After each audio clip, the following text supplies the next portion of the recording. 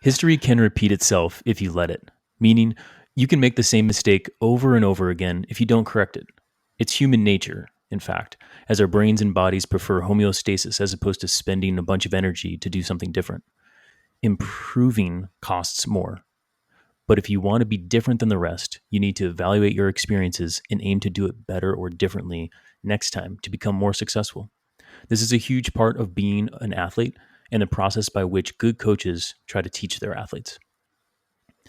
I thought it fitting to have another coach as a guest on today's show, and not just any guest, mind you, but a fellow CTS coach who has seen me at my best and my worst of times over many years. She's one of my best friends and will correct me when I'm wrong, probably on this podcast. She'll pull me up when I'm down, and she'll make fun of me when I think I'm too smart. But she's one of our top coaches at CTS and always reminds me of how far we've come in our coaching experience since we did our internships together more than about 16 years ago. So, Jane Marshall, welcome to the show. Thanks, Adam. Super stoked to be here.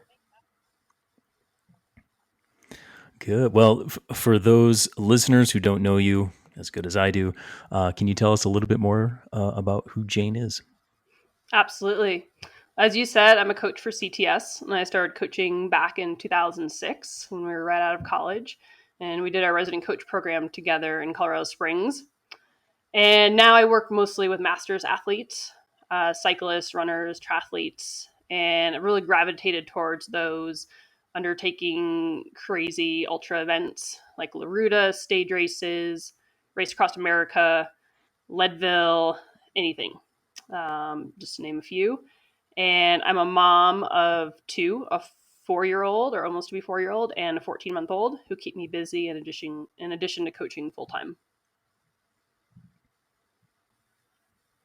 Nice. And where are you calling, or where am I calling you from today? Yeah, we live in Littleton, Colorado, kind of back up in the foothills of Denver, and we have some awesome mountain biking and road riding right from our house.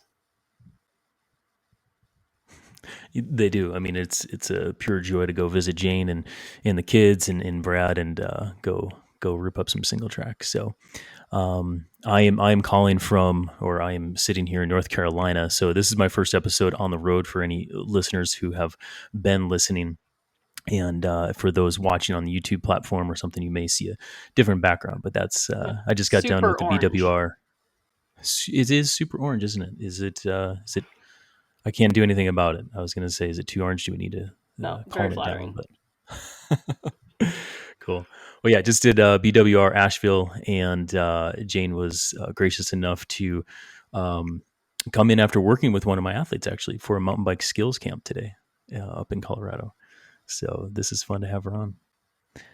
But before we get into this thing, I really want to throw out a big disclaimer. And Jane, you can jam in at any time here, but we do not consider ourselves perfect or mistake free. Usually when you've learned a lot, it's because you've done some really stupid stuff yourself. So we've made all the mistakes, we've done all the silly stuff, and it's true here for myself especially. So please take these suggestions on how to improve from two people who have really had a lot of whoopses in their life, both in coaching and racing and training. But yet we've always tried to do it better, try to refine the process so that we can teach others.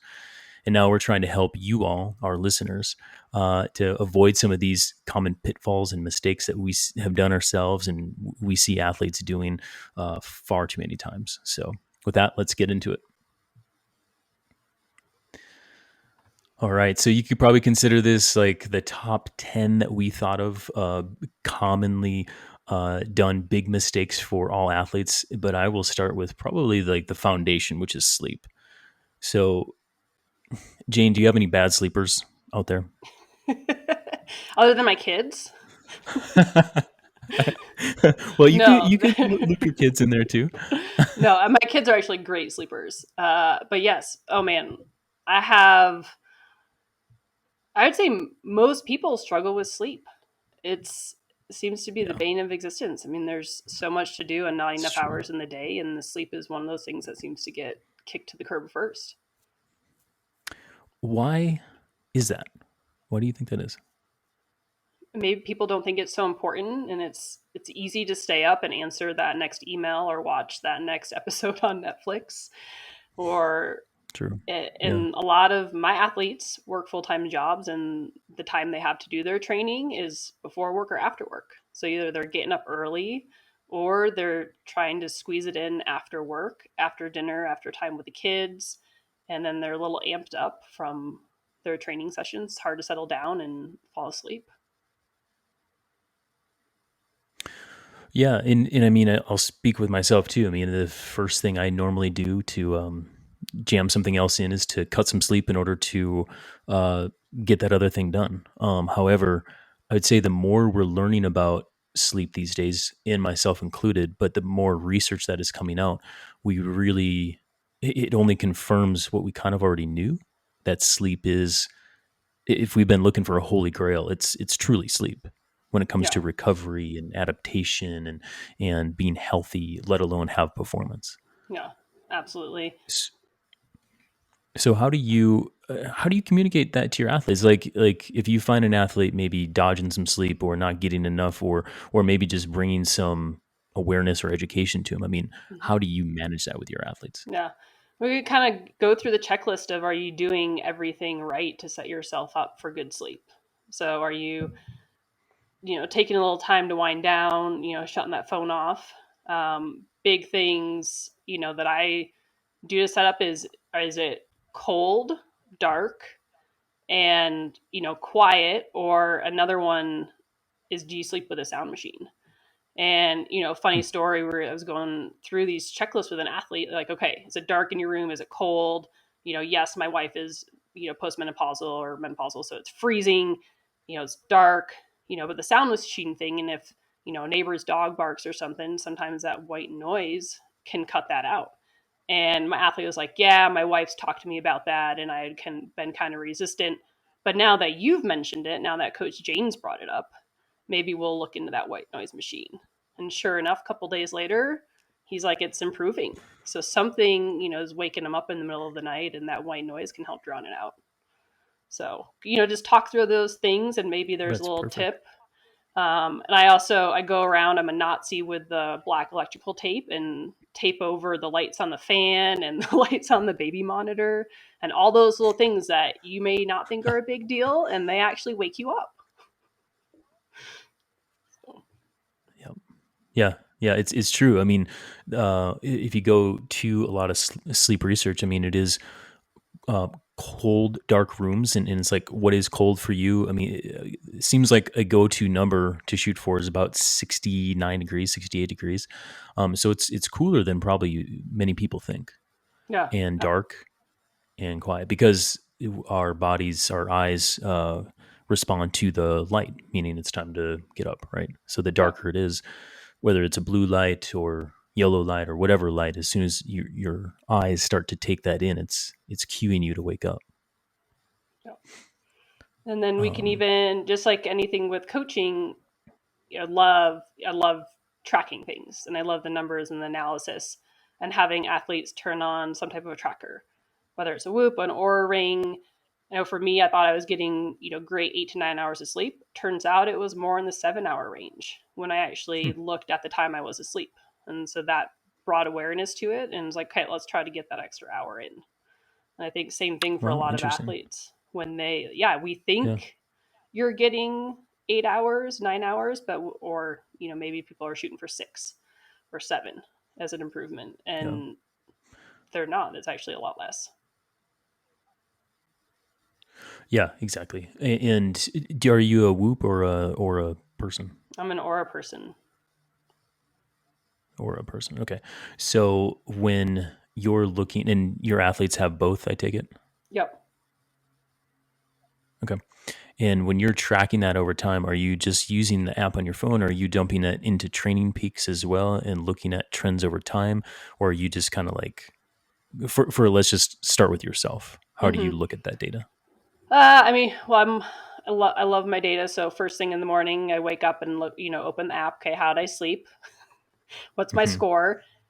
Yeah. And try not to get too obsessed about it, but is it, how much time was I sleeping? And, my Hmm. goal I kind of set for myself is trying to get close to that 8 hour range. And, Gotcha. I kind of look trends over time. I don't do a great job of tracking it for myself in Training Peaks, but it's something I Hmm. urge my athletes to. Or if they don't want to input it, send me a screenshot. Let's look back and definitely look for trends over time, Cool. especially with heavier training loads or going into a big goal event.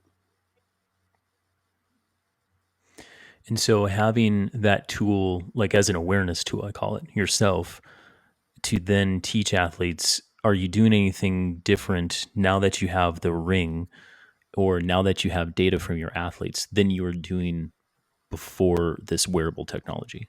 Yeah. I think the big one is, like I said, what we think we're doing and then what we're actually doing.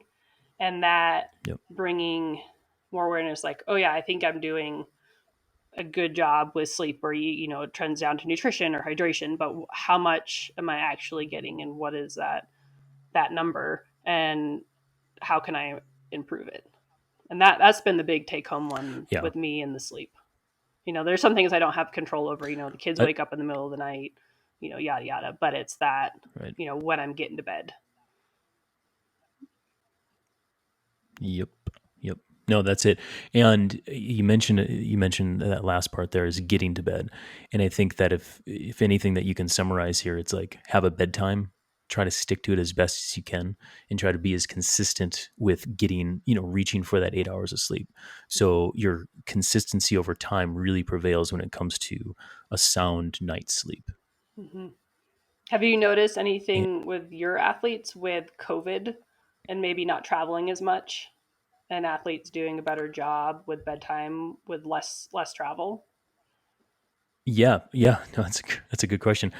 During like true COVID, I know we're like in this in between time Mm-hmm. period for a timestamp where Delta is ramping up and everything. But when we were more shut down, I would say that there a lot of my athletes are fortunate to be in the position to have not only discretionary income to pay for a coach, but also work from home and still train and do all the things. And so it was an opportunity for me to be like, hey, we have more time now, time to train, time to do stuff. However, you still need to get routine. So where I started with a lot of people was the sleep habits. And you drill down on that, and it was just like getting consistent with a good consistent bedtime, kind of a few hacks of cooling everything down. But yeah, I think I created a lot more better sleepers during COVID, and a lot of people were like, "Oh, wow!" Like I feel really good as Mm-hmm. opposed to um, this continual like funk that everybody was in because of just like charging hard, Mm-hmm. planes and conferences and meetings and all the things. So, but to your point, I mean, it's you there's a feel and there's reality, and we'll get into this with some other training data, but I think it definitely applies here with sleep, because you can feel like you had a good night's sleep, or you can look at the data and the data can either confirm it or deny it. And like you said, you try not to put too much stock in it like right away on the morning, because you're just like, man, I feel pretty good, but maybe I didn't sleep so well. And there's both data and feel to it, because if you felt like you were getting 8 hours of sleep but really you were seeing that you were only six, it's like, oh man. And now you change it, and then all of a sudden you feel better, Mm-hmm. right? And that's 100%. where, yeah, and that's where some of the power tracking and heart rate tracking, all this kind of, you can feel like you're doing 400 watts going up a hill. I feel like that every time. That's right, right. But then you look at the reality, and you're not, right. So it's this data can help ground us in what is actual to make better decisions to improve our health and improve our performance. Yep. Nailed So it. nailed it, super nailed it. Let's move on to hydration. So Jane, do you have any bad hydrators out there? Bad hydrators. I've worked really hard with a lot of athletes, especially on race day nutrition, Hmm. and a lot of people. I feel like a lot of my people do a really good job with that. We've worked very hard, like I said, and now I'm working as things kind of pick back up with COVID and travel. We're working more on the off the bike stuff. It's like, okay, how much have you? what have you had to drink today besides, what you were doing when you're riding? And so kind of stepping back Yep. and looking at those daily habits and trying to do a better job off the bike. And that seems to make it impacted. People are just, they're running ragged, like, oh, I have a headache. I feel run down. Okay, well, let's step back and look at the big picture. What have you had to eat to drink? What have you had to drink today? How was it going into your training ride?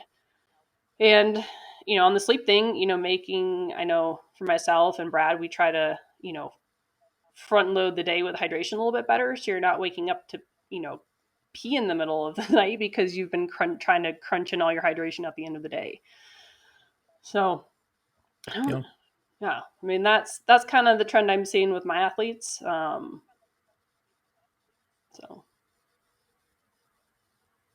Yeah, no, and that's important too because I think that we can get super hung up on fueling for the event, fueling during it. And there's a lot of things that you can control and you can calculate, and that's cool, right? But like if you're going in to a 5 hour day already dehydrated, that best plan is really not going to prevail. So, I mean, having that big picture of uh, what is, what are your habits over time? Like, are you a good hydrator consistently? That's probably more important, yeah, right? And I've joked before with some of my athletes, it's just like we're like salty sacks of bones flying around on bikes, right? Like we're a very we're mostly water. That's my point. And when we're out there using our bodies and doing things, and even like sitting here, we do need to take on water. I'm not one to say you need to just sit there and guzzle water all the time because food can be hydrating as well. Soups and drinks and coffee and tea and watermelon. I mean, all these examples. Sorry, alcohol does not quantify as a positive fluid there, but basically anything that's not alcohol really helps hydrate you. And so, when you're working with athletes, yes, I agree, Jane. Normally, we're getting granular about the during the training. So I'm glad you brought up the bigger picture of all the other stuff. Um, what are what are some things that you're checking on to make sure that your athletes are hydrated on and off the bike? What are yeah. indicators to you?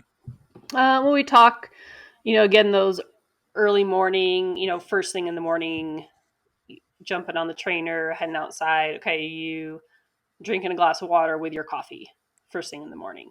I know if Yep. I'm running around crazy with the kids and I've just had coffee and all of a sudden I'm driving them to school and I'm like, ooh, I'm really thirsty. And, my window to get my training in is when they're at school. I sneak out between coaching calls for an hour. And if I haven't done a good job of hydrating in the morning, then you don't feel good, especially some of the crazy heat waves we've had this summer. Heat, Yeah, there's a whole that's for real. nother podcast. But that's just you have to be extra pay attention to that. Especially, like Pacific Yeah. Northwest people that hadn't had a lot of that heat. It's like, okay, let's pay extra attention Hmm. to this. Maybe throw a little, sports drink in that morning, big glass of water, water bottle that you're sipping on through the day, not just plain water, having some salt in there, mixing up a little bit. And, I have people that don't like drinking plain Hmm. water. So Brad doesn't drink plain water. So it's like, okay, let's throw an Yep. untap in there. Let's find some Yep. coconut water, some sparkling water, something that's going to make you want to drink a little bit more. That's husband Brad for everybody listening. Sorry, I had to throw that in there. Yeah, and I think that is all really good in terms of the doing. Do you? I mean, let's talk about urine here because it is important, and I think it is one thing as we're say in competition or out of competition to check on a urine color. So, do you ever check on that with your athletes, Shane, or is that something that you're like, I don't really go there? No, I mean we talk about everything. So, Yep. definitely, you know, dark brown, yellow, all those things, not good. You even talk to the kids about that. It's like, okay, you got to drink a little bit Yep. more water. I mean, Exactly. everything works. Your whole body works better if you stay hydrated. So, you know, checking in the athletes. Okay, this is what your urine color should look like. Or if they need some of that feedback, urinalysis strips. They're super data. I mean, sometimes they need to see or have some concrete thing to look at to know, okay, yes, I'm doing a good job, or no, I need to improve this. And urine color is an easy one to Yep. do. Yep. And those urine color is super easy. So we want like a pale yellow, right, Jane? Yep, exactly. What if it's super clear all the time? Well, then we may be, going the other way, overhydrating a little bit, drinking too much. Or if you're jumping up from your office chair every 30 minutes to go to the bathroom, then maybe we need to, tone it down or add Yep. some sports drink in there. Yeah, sport drink with primarily sodium electrolytes. To what happens there is just a pressure different or concentration difference in between the stomach and kind of the interstitial fluids. Right, if you throw some electrolytes in there, the body will retain more water and will make you pee less. So Exactly. whether it's sitting at the desk or in bed at night or on the bike, that's a primary driver of why we have electrolytes in our drinks for sure. So for sodium, Jane, do you do anything like sweat testing or anything specific to really hone in and drill down into how much sodium or electrolytes people are doing, or is it just come back to like consistency and habits? I will do done sweat testing in some specific cases where someone has maybe had some health issues or issues during continued issues during events where we're trying to drill down. I was working with a guy who had some heart issues and kind of health issues during longer events, and we were going through all the checklists and things, and the nutrition plan and hydration plan that we came up with was really in line, and it just still wasn't making sense. And I think I actually talked to you and a couple other coaches, and I was like, let's do some sweat testing.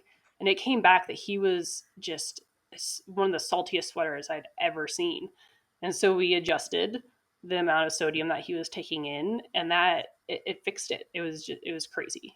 Um, and so I think in really specific cases, maybe not for everyone. If you kind of fall in that bell curve, right, where you have people that are going to be on the outer edges, really, really salty, or maybe, hardly lose any sodium at all. And, those people, I think it's beneficial to find that and figure that out and really individualize and personalize their sodium intake. Yep, yep, really good point. And I think it goes back to this data versus feel again, where it's you can feel like you're a salty sweater or not. And there's some indicators too. Like if you're having salt rings on your clothing and all, that's a good indicator that you're somewhat of a salty sweater. However, if you're up high and dry, sweating a lot for a time period, and then it's there, I mean, everybody has salt in their sweat. So a lot of people will have that. Doesn't necessarily mean you are. So it is really good. Like if you want to explore this more, go get the test done, get the data to confirm, then go about your intake protocols adjusted accordingly. And that's where I do think that like data is awesome, as opposed to just making something up in your head and be like, oh, I need Mm-hmm. all the salt.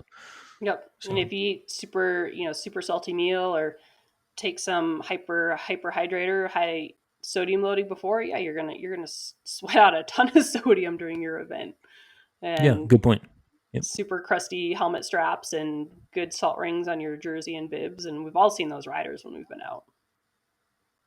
yep, yep. And just because you have, and that's a very good point, Jane. It's like you can control that too in your body, and your body will adjust. If you just take on a bunch, your body's going to kick it out because if it's not using it. So yeah. Well, that kind of segues over to our nutrition component. Do you have any poor eaters, Jane? Oh man. I everyone Or did I just everyone's got food issues, not issues, but preferences and likes and dislikes and habits. That's a better word for it, is yeah, habits. yeah, And yep, some definitely better than others. And it kind of two categories, right? It's on the bike and off the bike, and I don't know which one you want to tackle first. um, your choice. We're my here for choice. both. Well, I think Your choice. the simpler one, or I guess one we can kind of throw more of a blanket over, off the bike, is just your general nutrition. There's so many different fads and diets and things out there. It's so individual of what works for you. And just because your, buddy on the group ride does really well, eating steak 3 times a day doesn't mean that you need to eat steak 3 times a day. And so it's finding what works for you, and there's no magic answer. People always ask, what do you eat? Well, I eat pretty much everything within moderation, and I found foods that work really well for my body, and foods that I love to eat before rides and workouts, and things that I gravitate towards, and they're generally pretty healthy. We want, shop the outside of the food aisles in the grocery store, real fruits, vegetables, grain, dairy, all that stuff. And I think people make mistakes of trying to cut things out or find that magic answer for losing weight or for performance.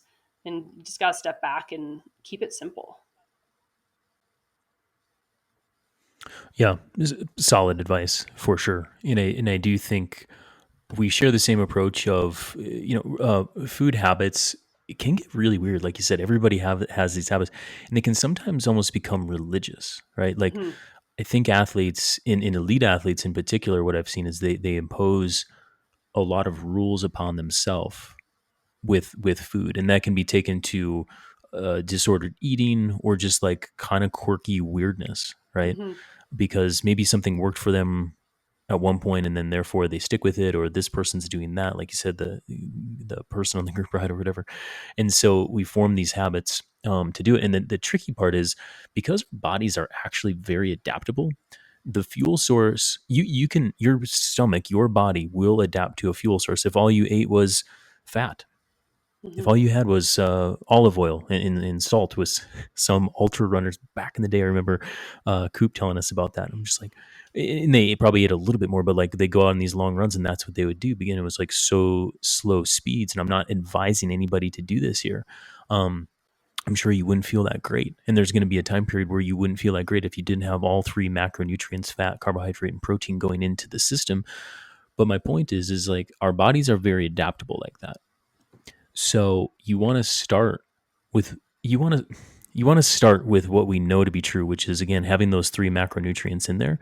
And then as Jane said, there is some individuality here. And know thyself is actually a pretty good thing to keep in mind here. Experiment and keep what works, change what doesn't. Yep. Okay. And if you're And going, we've had people, you think about racing and stories, people you go travel internationally. I mean, you and I, we've taken groups all over the world for mountain bike, road stage races, adventures. And, what's over in South Africa is not necessarily what's, back home in your kitchen in Colorado. And right. being flexible and not freaking out if they don't have your exact brand of oatmeal or bread or whatever Yeah. for breakfast, and being okay with that. And we do a lot of prep with those athletes before we go. And yeah, maybe you do bring your Justin's almond butter packets with you, you know to go, but Yeah. not having it be the end of the world if something's a little bit different. Yeah, that's it. And I think rather than giving some hard, fast approach for people to do on the food aspect, I'd say the hard, fast thing not to do is to eliminate a macronutrient entirely, meaning going low carb or going low fat or something like this. Your body needs all three. And those macronutrients, fat, carbohydrate, protein, those are what I'm talking about. However, I am a big fan of fueling for your goals, and that can change throughout the time period, throughout the year, or whatever cycle that we're talking about here in terms of training. Meaning, in heavier, harder training phases with higher volume and higher intensity, carbohydrates king for a fuel source. Muscle glycogen, liver glycogen, for example, and you need carbohydrate coming into the system in order to perform, in order to heal, and in order to replenish. And so, when you're not doing that, when you're just doing exercise, meaning like 6 hours a week or something like that, or something, call it 50% less than what you normally would be doing, you don't need to be going high carbohydrate. You still need some, right? But that's where you can up the fat, up the protein to feel fuller for longer and remain healthy. Would Yeah. you agree with that? Yeah, no, I agree 100%. And kind of go on, the carb is king. There's been such this anti-carb movement the last Super five strange. years. And it's hard because everyone again is looking for that. A lot of our athletes, yeah, they want to lose 5 to 20 pounds and climb faster uphill, and carbs just have this bad stigma, and it's what we need to fuel your races and your rides and your training. And I'd say one of the biggest mistakes I see my athletes make is not eating enough out training and racing. And I have a specific athlete, Yep, and I agreed. think this will segue us into kind of one of the next points we want to talk about, and that data and that feedback is we've had this athlete who's been CTS athlete for probably 10 years, and it's something we've been working on. You have to eat more during your rides, and he does ultra road, like hot route, where you're climbing 10,000 feet a day multiple days in a row, and you have to fuel those workouts and that race. I mean, it's a 4,000 kilojoule day. You can't just go and eat 3 waffles. I mean, you've got to take in more than that. And I mean, it's just like banging my head against the wall. And then finally, we have, you know, thanks to Phil Sutherland and Super Sapiens, a way to kind of measure blood glucose and see that in real time. And finally, it's like the light bulb went off with this athlete, and like, oh, I need to eat more. He just had to hear it from someone else or had to see the data. And now, he's 60, 61 years old and just put out his best 20-minute power ever in an event, and is just killing it because he's actually eating on the bike. And, as mad and as frustrating as it is, I'm Yeah, stoked that we have this. And I'm right. excited about the new technology. And I hope it's going to have a lot of light bulbs go off in a lot of athletes. Yeah, and I that's a really cool story, and I would say I am finding similar things with my athletes. Super Sapiens, for those who don't know, and there will be a podcast, knock on wood here, coming up with some of the inventors of this. But you can Google it. But what they are is they're wearing a continuous glucose monitor to measure your blood glucose inside your body, and when you eat more sugar, the blood glucose goes up. The reason why that's good is it can provide fuel to the working muscle, and what the app and technology provides for you is some, say, fueling goals for a ride or a race or your training. So consider it like time and zone for a power meter or heart rate monitor, uh, goals to hit while you're training, and then depending on your goals, there's also goals to hit when you're not training, so off hours approach. And so yeah, I agree, Jane. It's led to some really cool conversations as well as insights for my athletes and myself in particular, and also to see what that individuality is, like Mm-hmm. how your body responds to rice versus Mm-hmm. mine, or how your body responds to rice and rice with fat and protein, Yep. right? So rice with like eggs and olive oil or something like that. Yeah. And because Mm. it is different, if you have just pure white rice, what's going to happen is your blood sugar will rise, and then it'll probably come down, right? It's for some people, it might have them feel a little wonky there and then come back up. But if you add in a little protein and fat, you probably won't get that spike for most people that have normal metabolic conditions. Yeah. That's again, one of those tracker tools that's bringing more awareness. And I know myself, I was so guilty of, just rushing and then jumping out to go on the bike and maybe starting a ride or an interval session, not fueled enough, and then thus not Right. getting maybe the best results. And then this year, with having that technology and being able to see it, okay, check, okay, what's my blood glucose before I'm going out? What's kind of been my carb uh, intake so far today? Ooh, I'm low. Okay, let me eat something before I go out and train, and it's resulted in some of the best training and power numbers that I've done, probably ever. And it's Hmm. feeling better, and again, what you think you're doing versus what you're actually doing. And I love it. I'm super excited. Exactly. Yep. And I'll remind listeners too, as we're talking about these technologies and especially like the on the bike immediate conditions when it comes to fueling and hydration, there's insights to help fix a problem right then and there. However, you're going to be way better off if you bring in proper fueling and hydration to those training sessions and to those races, meaning you're in good habit for fueling both hydration and nutrition coming into that rather than trying to fix a problem immediately. Because a lot of glycogen replenishment, meaning muscles and liver that have stored muscle glycogen that you're going to use for your workouts, it takes 24 to 48 hours to fully replenish. Okay. And no matter what the blood glucose is during the time period, if those are obsolete or if those are low, ain't nothing going to help you on the start line, right? You need to, fuel properly immediately. Right now, drink early, drink often in order to survive. But at some point, you just don't have the reserves that you could have if you would have been better about it bringing into that. Yeah, can't That's do kind of a anything if summary you point. show up with an empty tank. That's it. Yeah. Straight up. Yeah. Oh My man. last point before we move on is my last point before we move on is in a little comfort food can make your world a better place.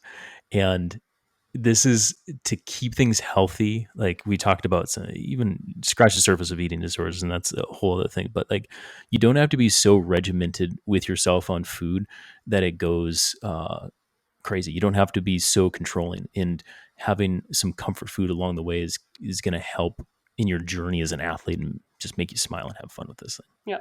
So that means you had a healthy dose of chips and salsa after Belgian waffle ride yesterday.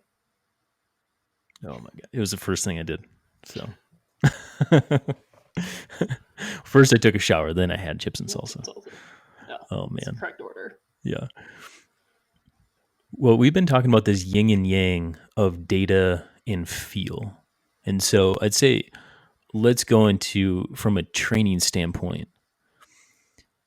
When we have athletes that train using data only, meaning they they hang their hat on numbers and nothing else. Do you have any athletes like that, Jane? Yeah, it's the people that will ride around the block a couple times to hit that exact mileage or that exact, they're upset when their TSS score doesn't match what's prescribed. Or, heaven forbid, on Training Peaks, we have a yellow or a red day, and that's kind of, big picture data, you know, or if, they don't hit numbers exactly on a workout.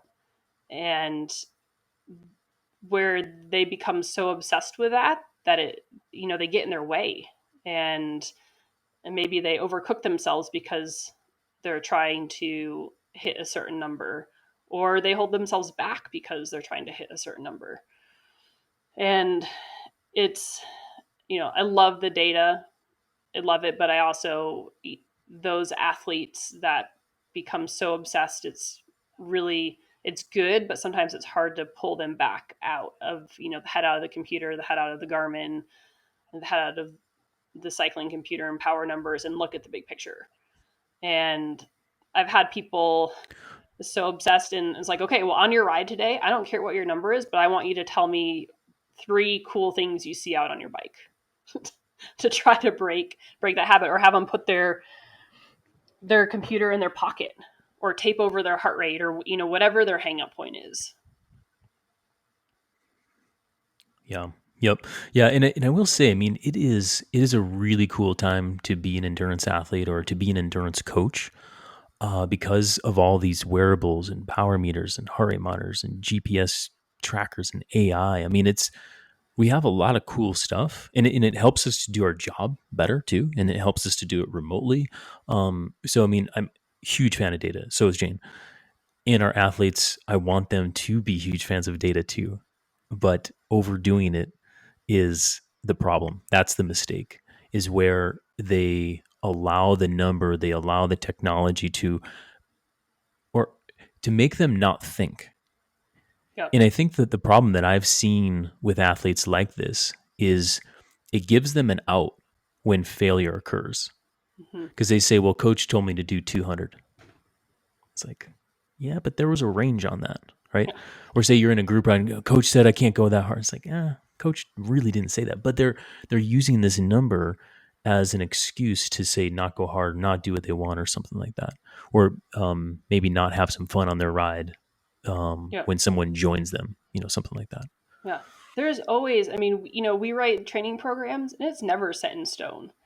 And that's Never. something that it makes me kind of mad is if everyone thinks that I'm a drill sergeant and, you know, not going out to do ride with a buddy or go do a fun ride because they've got some, X and Y on the training calendar. And it's like, hey, shoot me a text and yeah, I want you to go ride with your friend. We can reshuffle the week. I mean, that's the whole point of having a coach is to make the training best fit with your life and to keep it fun. Because if you keep, you know, all greens on that calendar, you're not going to have fun, and then you get burnt out and don't want to see a bike again. That'd be sad. Yep, that would be sad. And in conjunction with that, it's also like do say intervals, okay? Because coaches we prescribe intervals, right? Not all the time, but sometimes. And when they go and do the intervals, and say it's 2 watts lower, right, than the prescribed. And when you try to walk through an athlete that is they're sad about that they're 2 watts lower on the first one, and then they crushed all the other ones, right? Yeah. And this is where I say, perfection is not the goal here. I mean, when you're outside, you're in an imperfect world. Now, if we're inside, maybe a little bit more controllability in there and all this kind of stuff. But like, look at this from a bigger picture view and realize that 2 watts ain't nothing, right? No, you friggin' crushed that workout. That's awesome. And it's Bam, those exactly, perfectionists type A is a lot of the athletes we work with. And right. it's getting them that's okay. That's good. I mean, every day is there's gonna be a range and life is gonna happen. There's gonna be some fluctuation in your numbers and that's just go out and those people put your head down and watch for cars, but do your best and have some fun Yeah, and that's it. our job is to kind of walk you through and analyze the results and it's so many people I get the text of I didn't do well and then I look at the file and I'm like oh this was awesome and I sometimes wish they'd wait to come to a decision until we give them some feedback so that's I've got a lot of those. Exactly. Yeah, yeah. And I oftentimes will review blocks of data before I'll read any comments on Training Peaks. I always do both, but I like to look at data and have my own interpretation before I read what's going Hmm. on, Oh, because that's a good normally tip. there's a disconnect there. Yeah, that's how I do it. But I do think that how an athlete interacts with their data helps us to coach them better, because if they are perfectionistic, you can help them. It can help us work through a process of dialing that down. Meanwhile, if we have the opposite end of the spectrum, which is I call it they train too much with emotion, then it can help us to turn up maybe some of the type A personality that maybe they should have a little bit more of. But Hmm. Jane, if I say somebody who trains with too much emotion, like what does that mean to you? I'd say like two types of athletes come to mind. So one is the person who maybe doesn't have enough, or an athlete doesn't have enough confidence in themselves. So they see the training program and they're like, and their numbers and like, I can Mm-hmm. never do that, and they're defeated before they even go out or they even try.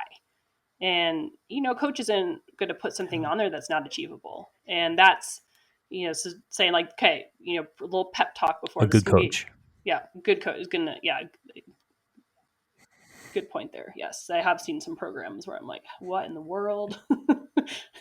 I don't know anyone who could do that. But again, that's another podcast. Right. Um, Right. Anyway. Yeah. so yeah, seeing the defeated before they even go out, and so that mental battle, that emotion, those feelings, maybe a little lack of self confidence, and that's a different type of coaching than the person who's obsessed with the data. They're usually overconfident. They don't need a lot of pep Mm-hmm. talk, and versus the one with too much emotion, or they also the athlete that maybe has a lot of stress going on, and we've all had that point where we get overloaded and sometimes the stress of training and we just snap and crack and can't do it. So those people, and that's something where, yeah, then maybe you don't need to do that workout, and we go and we try again another day. And the communication on that side of the coaching and training. Yeah, and those are really really good points that I didn't even think of when I came up with this next big mistake of training with too much emotion. I think those are super valid, and as a coach, you should, and you recognize that right away when somebody needs a little, just a little hand, to pull them up and say, hey, look, you can do this, right? Mm-hmm. You can, the same power that you held for 20, you can go for 25, you can go for 30. Okay, here's how, right? That kind of thing. And when I think of train with too much emotion as well, like some of the things that come to my mind are probably sometimes like an overconfidence, or an overconfidence meaning, I got this, I can handle way more, and I'm just going to go up there. The guy or woman that thinks that they're doing 400 and they're only doing Mm-hmm. 250, that kind of thing. And they're like, no, well, that's offered this kind of, and then they have excuses. The other, I would say, are they don't want to use any data because they think it's going to get like into their head, and they won't be able to enjoy the ride fully. But yet they want to know if they're improving. They want validation of what they're doing, and they want workouts and all this kind of stuff, but they don't want the data. And this is this emotional gap that I see with some of these athletes. It's an interesting one, and all it comes back down to, I think, is goes back to our sleep conversation of, you think you're doing something. Let's just either confirm or deny it. Let's verify it, and then if not, and then we can make a strategy, and it's up to you whether you want to go. And then over time, my goal would be to be able to quantify all the data that we can, and whether, and then the goal is not to stare at the thing when you're racing or training. Maybe when you're doing some long specific intervals, you got to look at that thing. But if we can quantify all the data, we can then get a better idea of what your physiological systems are doing, how your fitness is improving, where your performance is at, as Mm-hmm. opposed to, no, I can't look at the data, and I feel really good today, and I'm just going to go for it. And then they go out and they try the hardest workout on the week, and they did it on Monday after a huge weekend. And it's like, I put it on Thursday for a reason, Those but I workout was feeling movers, good. you know who you are. Workout you movers. they make me crazy. Like I've woke up in the middle of the night and shifted a bunch of stuff out on Training Peaks, and they start doing that too much, and then I lock them and they can't move them. Workout movers. I've never given them a name before, Jane. This So is there you great. go. You know who So exactly who you are. for sure, sometimes I get on Zoom calls with my athletes, and I'm pulling stuff up. I'm like, okay, yeah, sorry, I just got off of a call. I'm like, what? I did Did not did put you that in move that that? order. Yeah. Yeah. Like, why would I put it like? I'm like, and they're like, no, I didn't move it. It's like, yeah, you did.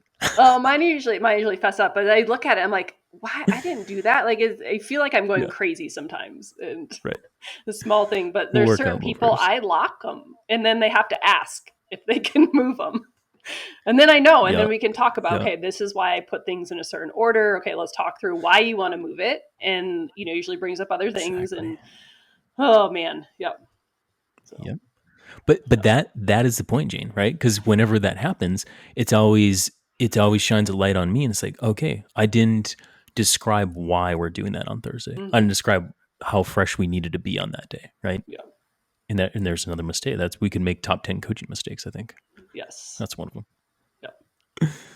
So to kind of cap those two off, and we've kind of been, it's kind of the theme of this whole talk is just, there's a balance of emotion, there's a balance of feel and science going on here, feel and data, Mm-hmm. and that's where the coaches and the athletes need to balance that out over time. So things are still fun, yet we're doing the work, we're enjoying our rides, but we're doing things that are aggressive, realistic, and still moving the needle on fitness and performance. So, Jane, should we talk about this thing called a taper when Yes. we're going into events? Do you find ever that athletes don't taper going into a major event like, say, Leadville 100, for example? Yes, my athletes now they all taper because I make them. I think half of them wouldn't. I mean, I think they would just skip it. And part of it is I've seen people that they just have this, there's this anxiety and nervousness around a big race, and they want to cram train. And we start to Mm-hmm. associate being fit with being tired, and that's something that I talk to my athletes a lot about when we taper. And just because you're not tired doesn't mean that you're not fit. And it's hard. You've been working and training and doing all this, and all of a sudden the coach is like, okay, and now we're going to taper. And they're like, whoa, what's going on? This is a big change. And some of the best stories come out of what people try to do during tapers. I mean, it's like all of a sudden there's all this free time, and I have to say, okay, just because you have 10 more hours of free time doesn't mean that you get to jam pack that full of other stuff, or it doesn't mean that, oh, now you're going to go try your first yoga class, or just the stories are endless. And yes, they're anxious and they're nervous about their event, but it's trying to get them to sit the heck down on the couch and relax a little bit. Yeah. Yeah. I always say, now's the time to read that book that's been sitting on your nightstand that you've been meaning to. Mhm. Maybe do a little bit more work if it's computer work and all this kind of stuff where you can kind of bridge the gap on that. But at the end of the day, I think the reason why a lot of our athletes don't enjoy that taper is because people love training. They Mhm. love swimming, they love cycling, they love running. And so it's, that for our listeners out there, from the coaches to you, we don't taper you because we hate you. We taper you because we love you. Yep. And tapering, what's actually going on is you decrease training stress, you decrease training frequency, volume, and load to therefore get a super compensation from all the training and all the fatigue you just induced in order to go better on race day. So it's a repletion of the glycogen that we talked about. It's a repletion of the water and the electrolytes we talked about, and it is the what happens in rest where you get stronger. You tear down Yeah. your body, you give it rest, it gets stronger and faster, Yeah. And and it's that's why we taper. yeah, and you can get 2 to 5% performance improvement Mm-hmm. if you Yep. do it right. That's worth. I mean, that's a lot for most of our athletes. It's worth it. Sometimes it can be a bit of a torture. And I mean, I went to college with Mara Abbott, and that's maybe one of my favorite taper stories. Is when she was a competitive swimmer, and swimmers do a longer taper. They do almost a three No. week taper for their Yeah. big swimming events. And Mara, I love you. And we all knew we stayed away because she was cranky during tapers because we didn't have that outlet, and we would all give her a wide berth during Yeah. swimming taper. And it was she Yeah. still did it because it worked, and it's hard um to understand. But yeah, I don't know many people who love it, but usually it's worth it on race day. So, what is the Coach Jane go to taper for a 1 day event where maybe it's like an epic event, like you've kind of gravitated toward a 6 to 10 hour event 1 day? What's a go Yeah. to I taper? mean, so Leadville just happened. I say most of my athletes did Sure. about a 10 day taper. So, 2 weeks, 2 weeks, 10 days, maybe, short end would be 7 days. If there was something else going on that was Hmm. kind of, hiccup training, but, usually 10 days, 2 weeks before was that last big block of endurance. We do bring that volume way down, do a couple, probably two key, higher intensity workouts, lots of shorter recovery rides, endurance rides, and show up to race day ready to go. There you go. I mean, yeah, it doesn't have to be more complicated than that, honestly. Decrease volume, keep some intensity, sleep, get Yep. ready to go. Hmm. All right, let's move on. We've got a few more before we round out the time here. So, Jane, do you ever have athletes who start too hard at a race or in training? or in a group Is ride. that every group ride? And not to stereotype, but it's every male in a group ride just Yeah. starts so Yeah. hard. Sorry, male masters riders. We're calling you out. Yep. It's real bad. 100%. 100%. Hmm. Yeah, Grand Fondo up that first hill. And you watch. I mean, next time you guys line up, watch how some of the ultra women pace and do events, and you can learn a thing or two. You know, usually on that second climb, all of a sudden you're starting to get passed by women. There's a reason, because they didn't start as hard as you did. They listened to their coach. Yep. Yeah. And they, well, I'm glad you bring that up because they listen to themselves as well. Mm-hmm. Like I'm very confident that women are smarter than men. And I'm not saying that just to like be cool and like edgy and all that crap. But like I normally BWR is a good example. Like we start and I probably started a little too hard too. I'm not gonna lie to you, but I wanted there was like 1,500 riders. I'm like, okay, I'm gonna get up there, but I usually find myself riding around the top three women. But Mm-hmm. once I find like a top three women, because their pacing is so much better. And then we were in a group with a bunch of guys, and we get on a hill climb. Guys would just like come around and attack, and we would just like stay steady. We'd reel them back in every time. And Yep. then like we come up on the next hill, guy would attack, stay steady, reel him back in. Right. And it's just like women, they hold up better over the long run. Typically, if they're well trained, they're smarter. And I enjoy riding with them more. And that is just my opinion based on my experience doing these events and coaching men and women, hands down. There you go. I said it. Yep. No, I agree. I mean, we're all my husband's gonna listen to this and he's gonna be like, Jane, you go out way too hard in every race. And yeah, I mean, in the shorter stuff, definitely done that and been guilty of that in racing.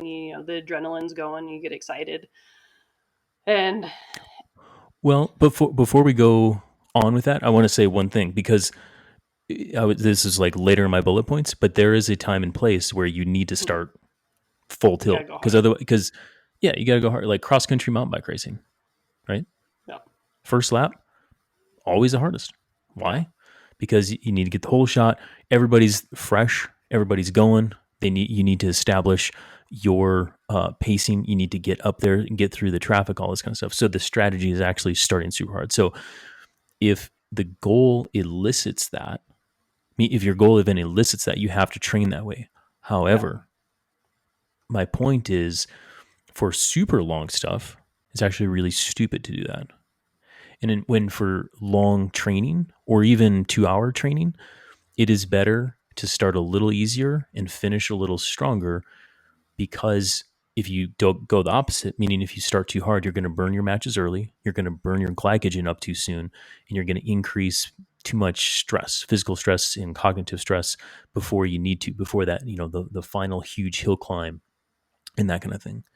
Now, in your training, when you start and when you have I call it a progressive pacing approach, when you start lower and finish a little harder, you're also going to be utilizing fat as a fuel source as well as muscle glycogen. And then as you ratchet it up, you're going to burn a little bit more glycogen. And that is also a very good way to build and to train yourself for these longer events in general. yeah, And then finally, finally, what I'll add here, because I'm probably like just maybe too passionate about it too, but like get in a warm up before the race or before even the group ride. Like just ride to the group ride to warm up a little bit more so that you don't just get out of the car, get with all the dudes and start sprinting. yeah. No, I don't know. I feel like I was absolutely. just on a soapbox there. Anything else you want to? You're very passionate about that. No, Very it's passionate. yeah. I mean, the main thing is there's a time and place for both. But yeah, there's some times where Right. you got to go hard and you got to train that way to for the demands of a specific event. But if Yep. you're going out for some of the longer, BWR, gravel stuff, Leadville, whatever, you just can't go that hard and just blow yourself up. And I talk to my athletes, I'll give them like, do not go above 250 watts on that first climb. And, then maybe they do 260, but at least they didn't do 300. And I can call out, Yeah. my Race Across America guys. I mean, you're racing your bikes across America, and I have to do this for that first big climb out of Oceanside. It's like you cannot go above 300 watts because you have 12 more days of racing to do. And if you do, you're just going to dig yourself into a big hole. And they learned some important lessons this year, especially with the heat and the environmental conditions they were in. Yeah. But that's a good, then they can use, coach said I can't go above X power. And then maybe they'll keep it in check a little bit more. Yeah, and I think that's good. And going back to like the same example that we just had, using some data as to why the strategy, and I'm guessing this is why it is, because sometimes I will do that too. However, I will connect it with a perceived effort. So I'll say, Mm-hmm. okay, don't go over 300, and don't go over in a strong 8 out of 10. Mm-hmm. Mm-hmm. And the reason being, typically, that's about threshold. Say it's threshold, call it 300. And if you start going blasting off over threshold repeatedly, you're just inducing more fatigue and more lactate over time. So if you can control that on a solid hill climb, this is why the coach is telling you a number, or maybe two numbers, maybe a wattage and a rate of perceived effort. Scale of 1 to 10, 10 being a max effort, one being hanging on the couch. Yep. And 8 typically translates to threshold. And so this is where you can use the data. You can use perceived effort and awareness in order to achieve that goal. Yep. But pacing is huge, and really what we're talking about here is pacing. And pacing is an art, and you can use science to do that. Yep. Okay. So Jane, do you have anybody who just bought like a $20,000 bike and doesn't know how to use it? Oh, I have a great story about this. I actually Please share. I told uh I'm an And Ironman athlete, and and we're calling this, they don't know their equipment. This is one of the biggest yep, mistakes I see. yeah, don't Sorry, know go your ahead, Jay. equipment, and we'll talk about this, and I'm 100% guilty of this as well. Not to this extent, and I have an Ironman athlete. She's fabulous. I love her. She's brilliant. I've been struggling with a bike she had bought a year ago, or maybe 18 months ago. It just didn't fit. I ended up getting a new bike 3 weeks before an Ironman.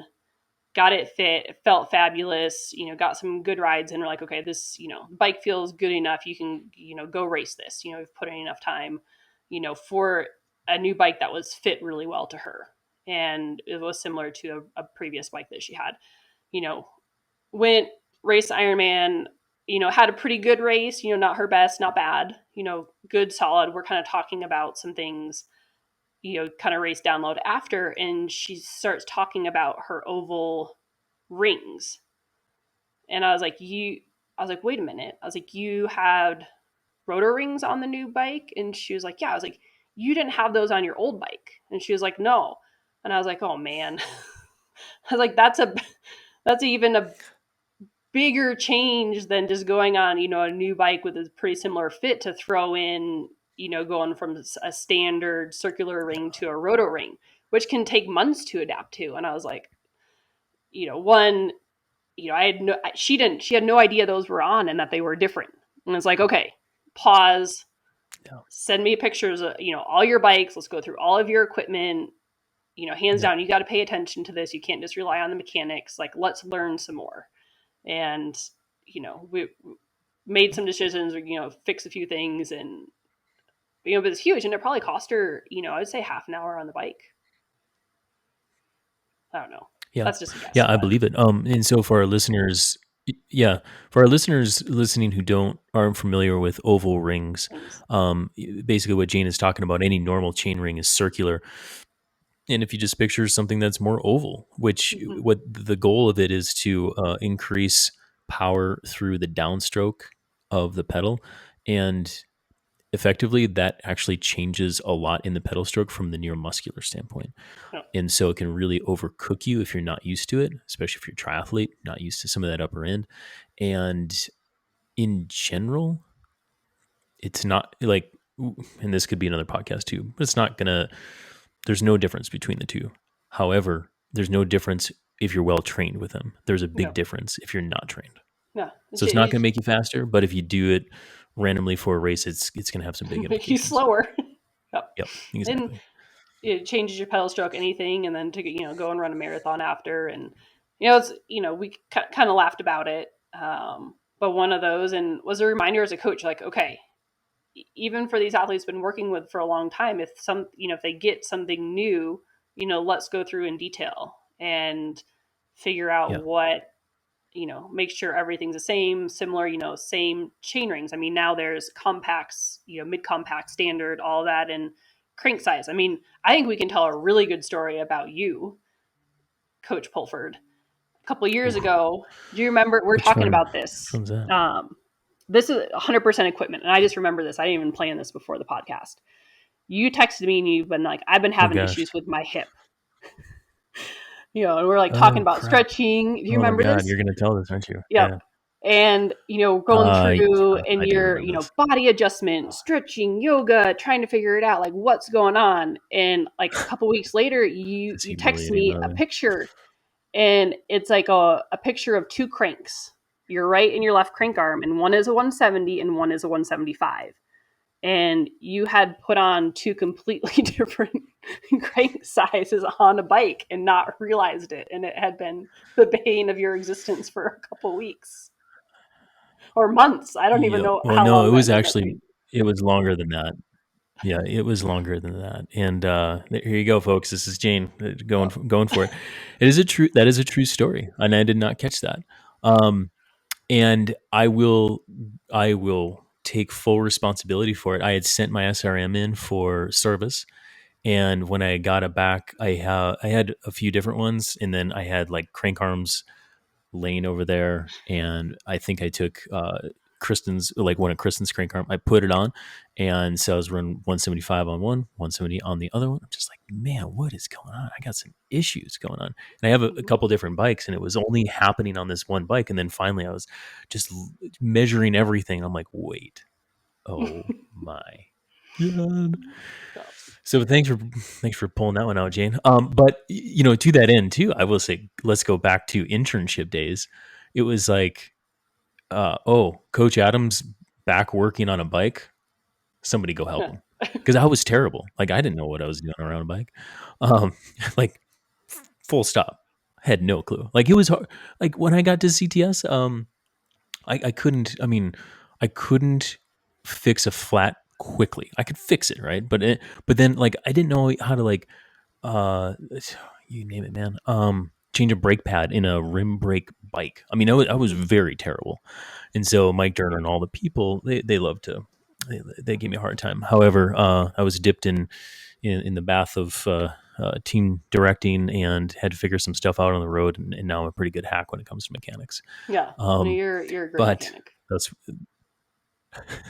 but now we do well, except when it comes to putting on crank arms, I guess. Um, but I mean, this is so true, and I've made a ton of mistakes in this.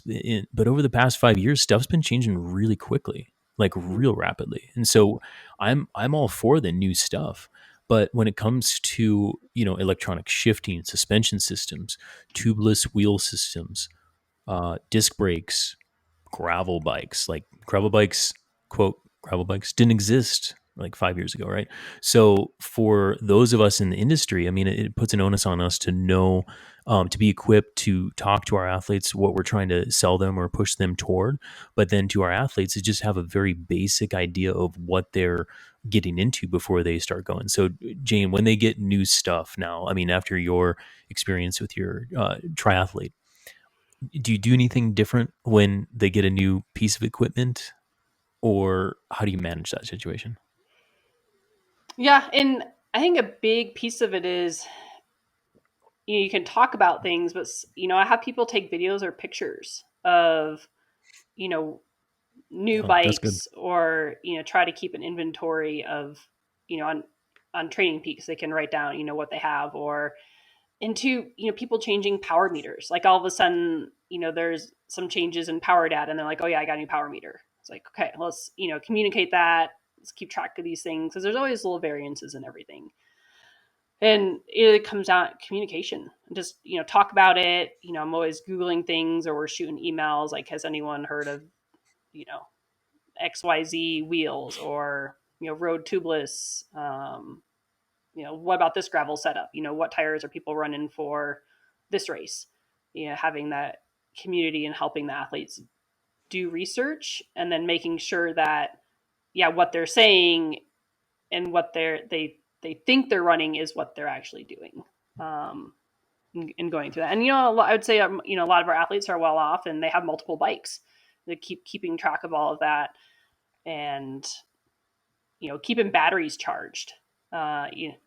Especially with this SRAM Yeah. stuff. I think one of the best hacks I've seen is on a group ride down in Tucson in March, is Mari Holden saved the ride by pulling a spare SRAM battery out of her jersey pocket, and learning things like that. Like, okay, oh, Yep. that's a great thing. Okay, and all of my athletes that are running Axis, you need to carry a spare battery during Leadville or during your stage race. If something happens, yeah, they're fully Yep. charged, but it could save your day. Yeah. Don't leave home without it for sure. And bring your charger too. Yes.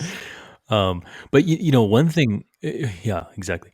But one thing I think for me is like, I field a lot of questions with new like wheel and tire. So wheel specs and also tire air pressure in the tire, Yeah. and really it's gotten pretty complicated, because for road it's not just like pump them high and pedal hard, and for mountain bike it kind of the same thing. Back when people were running tubed and then they went tubeless and it was still a lot of high pressure, but now we have really wide rims for both, for all three, let's just say road, gravel, mountain bike, and you've got all these different tire casings and width of tires and anti-flat protection. And so I think it comes, you want the athlete to become educated on some of this stuff, to know what they're running. They don't have to become experts.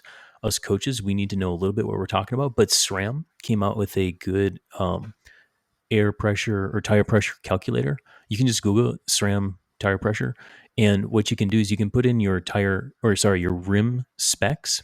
You can Mm-hmm. put in your athlete weight and the tires that you're running, the width and all this kind of stuff, and it will give you a range of pressure to be running for whatever it is. And I would say, from a very simplistic standpoint, do that. It's super good. I also did a Awesome. podcast on wheels. I think it was episode 26. Um, that's a pretty good one to check out. But everything is moving toward wider. And for mountain bike, we've been tubeless for a while and pretty wide for a while. So nothing super crazy there, but road is seeing that a lot. And I mean, it's pretty normal to be running, 70s, 70 psi for a lot of new wheels that have wide interfaces in the proper tires. So it's, if you've bought some new wheels over the past year, do a little research on them, because I bet you're probably overinflating them, Yeah, road and for mountain. for sure. And I have some athletes that, like, yeah, put some 28s on the road bike, and yeah, run them at 70, 80, maybe 90, depending on how heavy they are. And for some Right. reason, a lot of people have been riding bikes for a long time, have a really hard time accepting that. And I've sent that Exactly. Yep. podcast to multiple people, like, listen to this, it explains it, because it's not a simple conversation, and it's not, run lower tire pressure because I said so. They want to understand, well, why is this Yep. changing? And it's a longer, more complicated conversation to have. And I pass that podcast on to a few athletes. That's awesome. But I think, and the reason why I'm spending some time on this is because it is important for athletes to learn why it is, so that they don't overinflate, go out on the bike and throw it into a corner and have Mm-hmm. a rim, or have a tire roll off or something like Mm-hmm. that. I mean, that can, I've never seen that happen, but they put the max psi on there in recommendations for a reason, Mm-hmm. and so it's safety, right? Yeah. From that standpoint, and then also when you're running, when you're running new technology in general, is like, again, don't be an expert on it, but like, identify or start to create new habits on how to manage these systems, right? So it's like, if you're now tubeless, put it in your Mm-hmm. calendar, like when you topped off your tires, right? Uh, and it should be, I mean, generally speaking, every 3 to 6 months, kind of depending on how much you ride, what sealant you're using, all this kind of stuff. But like, put in your calendar, um, getting a chain checker for your chain, just dropping it in and just being like, okay, is it time? No, it's not. Is it time? No, it's not. And YouTube's a great way Hmm. to like learn some of this stuff. And at the end of the day, like just wash your bike, look at it, and bring it into the bike shop every couple months. Yep. Could be that simple. Solid. Solid Yeah. advice. Yeah.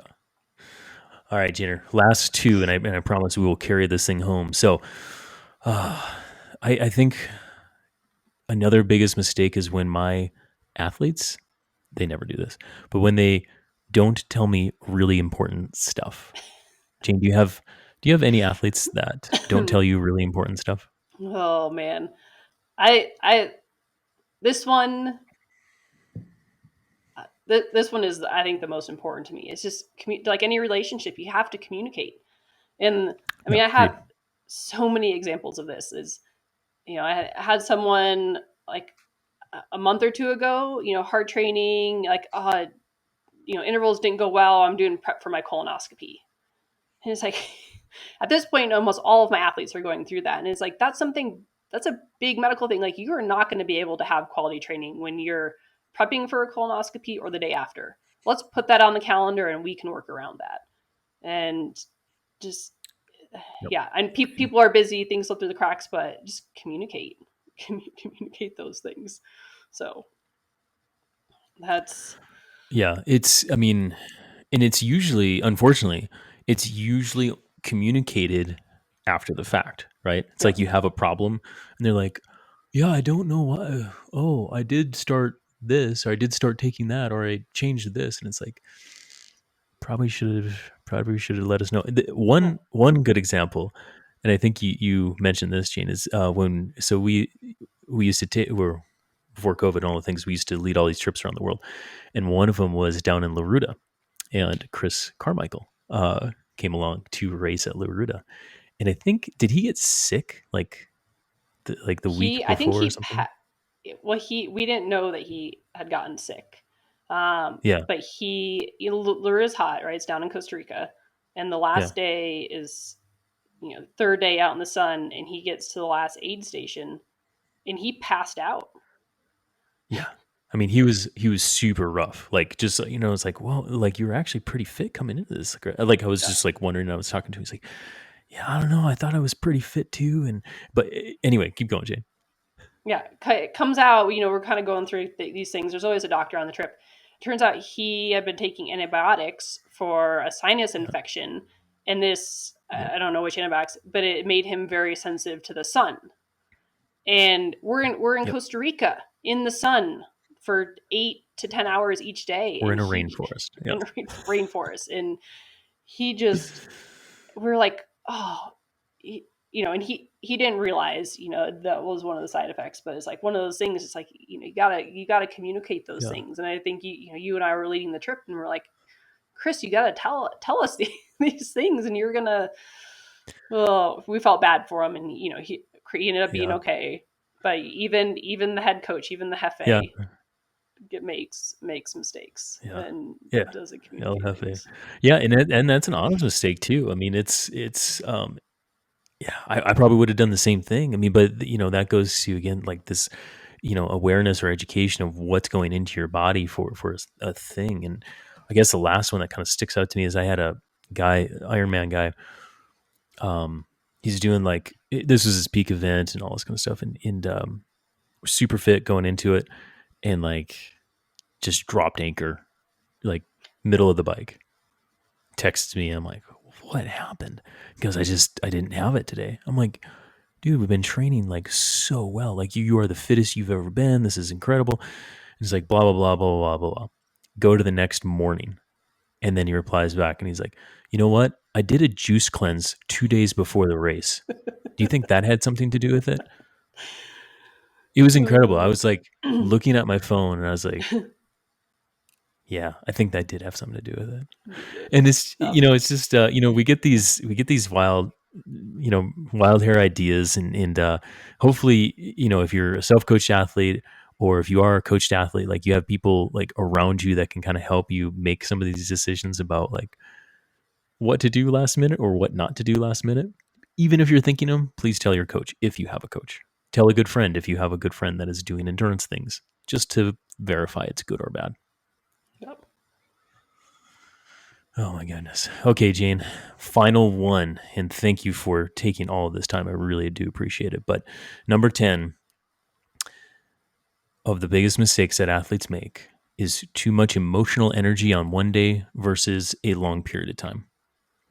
And I will say that long period of time is a year. And what I mean by this is, I think it's summarized by a quote or concept is that most people overestimate what they can do in a day and underestimate what they can do in a year.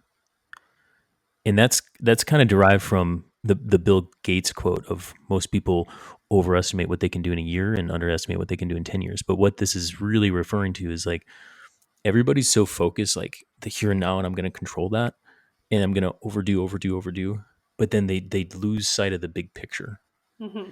And when you're an athlete, when you're a coach, you need to keep both the here and now and that big picture in mind when we're training and doing things. But I think in getting to this point here, or the mistake is when you have a big race or you have a huge training session or something like this, is like you put way too much stock into that. And if it goes poorly, then they identify with that and then it's all Hmm. for nothing. Have you ever had an athlete like that, Jane? Oh, absolutely. And it kind of goes back to like the conversation we are having about the data and the emotion. And just because you have one bad workout doesn't mean that you're not going to be able to do your event. And Right. your training is not going to be perfect. We as coaches, we expect there's going to be workouts that you're going to fail on and you're not going to be able to do because of life. You have so much energy to put into your life each day. And that gets taken by family and work and training. And some days there's more you can put into training, and some days there's hardly any. And you have to be consistent. You know, talked a lot about that with athletes, over that year, being consistent with your training to build for that goal. But if there's one day that goes wrong, or maybe there's a couple days that go wrong, that's okay. It's not going to ruin, your Ironman goal. It's not going to ruin your Leadville. It's not going to, ruin your Belgium waffle ride. This, step back, look at the big picture. Don't get so caught up in the small details. Yeah, that's it. And Jane and I have been coaching for 16 years plus now. And I guarantee you there hasn't been one day of training or even one race for my professional athletes that have made or break them. And even at their best for like a professional athlete, a career defining race or a PR for an amateur athlete, it's just the sum of so many other training and racing days, and there's going to be more days to come. And I get it, like especially if you're a professional athlete. I mean, it's super important to perform. However, you got to realize that you're not just a race. If you're a masters athlete or an age grouper, it's like you're just way more than that event. The Yep. process of training for that event, it really hones and develops us as people, and that's really, I think, what I'm about in coaching anyway, is to help you see all the rest of stuff in life while we're doing fun biking things. Yep. It's about the journey. Yeah, It's that's about it. the journey. That's it. Well, Jane, I think we'll put a pin in it there. I think this is you summed it up well. It's about the journey, and in that journey, we make mistakes, and that's okay. The big thing is you want to learn from those mistakes and be better because of it. And so I want to thank you for jumping on. We've kind of covered a lot, but all this stuff was super good, and there's a huge fountain of knowledge on that end of the computer. So I really appreciate you taking your time to spend with us on the Train Right podcast today. No, it's been fun. Thanks for having me.